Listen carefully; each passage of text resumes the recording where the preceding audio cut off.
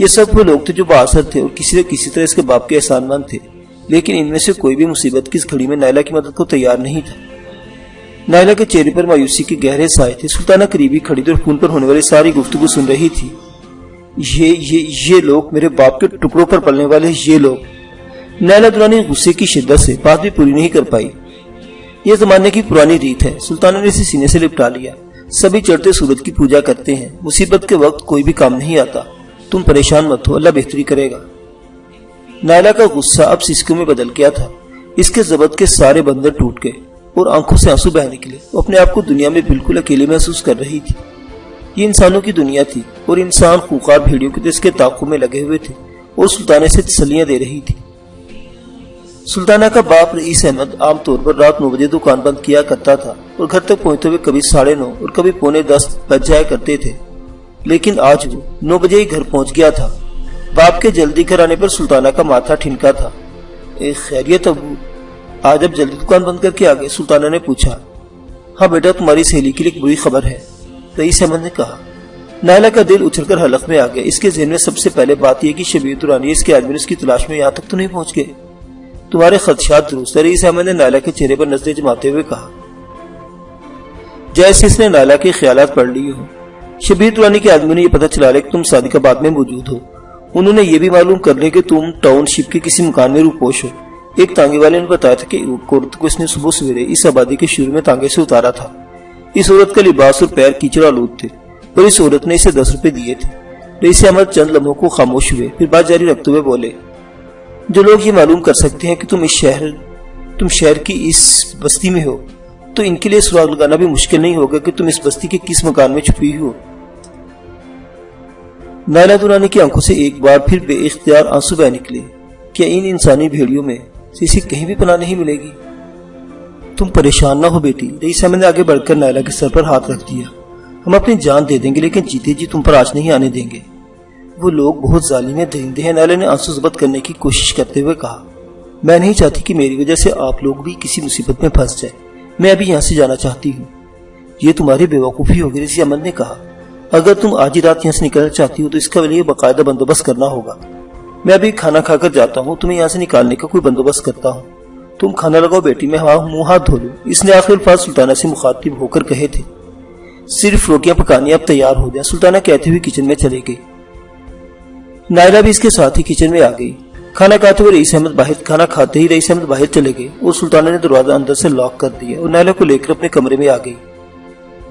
پریشان ہونے کی ضرورت نہیں، ابو تمہیں بحفاظت یہاں سے نکالنے کا کوئی نہ کوئی بندوبست کر دیں گے، سلطانہ نے نائلہ کو تسلی دیتے ہوئے کہا اور الماری سے اپنے 3-4 جوڑے نکال کر اس کی پوٹلی سی بنا دی۔ پھر کچھ رقم اس کے ہاتھ میں تھماتے ہوئے بولی، یہ رکھ لو، راستے میں کہیں ضرورت پڑ جائے گی۔ نائلہ نے مٹھی کھول کر دیکھا، وہ 100 اور 5-5 100 روپے والے کئی نوٹ تھے۔ اس نے اخبار آنکھوں سے سلطانہ کی طرف دیکھا اور نوٹ قمیص کے گریبان میں ٹھونس دیے۔ رئیس احمد 2 گھنٹے بعد واپس آئے۔ ایک گاڑی کو بندوبست ہو گیا ہے، میرے ایک جانے والے کی گاڑی ہے جو تمہیں شہر سے نکال کر بھاگلا کی طرف لے جائے گا۔ یہ چند میل دور ایک چھوٹا سا گاؤں ہے۔ اگر تم لوگ بخیریت بھاگلا تک پہنچ گئے تو وہ شخص تمہیں رات ہی رات ڈراور اور فورٹ پہنچا دے گا۔ وہاں سے تم احمد پور شرقیہ کے لیے بس مل جائے گی، احمد پور شرقیہ سے ملتان، اور پھر وہاں سے لاہور پہنچنا تمہارے لیے مشکل نہیں ہوگا۔ تم تیار رہنا، ٹھیک 2 بجے یہاں سے نکلنا ہوگا۔ میں تو تیار ہی بیٹھی ہوں، نائلہ نے جواب دیا۔ اور پھر رات ٹھیک 2 بجے نائلہ سلطانہ سے رخصت ہو کر رئیس احمد کے ساتھ گھر سے نکل گئی۔ سلطانہ کی دیوی پوٹلی اس نے بغل میں دبا رکھی تھی اور گرم چادر اس طرح اوڑھ رکھی تھی کہ اس کا چہرہ بھی پوری طرح چھپ گیا تھا۔ بستی سے نکل کر وہ ایک ویران جگہ پر آ گئے۔ درختوں کے نیچے ایک پرانی سا سوزوکی پک اپ ٹرک کھڑا تھا جس میں پرانا سا فرنیچر لدا ہوا تھا۔ نائلہ کو اس طرح بٹھایا گیا کہ وہ فرنیچر کے نیچے چھپ کر رہ گئی۔ رئیس احمد سے خدا حافظ کہا اور سوزوکی ٹرک حرکت میں آ گیا۔ نائلہ درانی کے دل کی دھڑکن تیز ہو رہی تھی۔ نہ جانے سے بار بار یہ احساس کیوں ہو رہا تھا کہ وہ عافیت کی طرف نہیں، موت کے منہ میں جا رہی تھی۔ معزز سامعین حضرات، یہ داستان ابھی جاری ہے، بقیہ واقعات اگلی قسط میں۔ دیکھتے رہیے اردو داستان۔ اللہ حافظ۔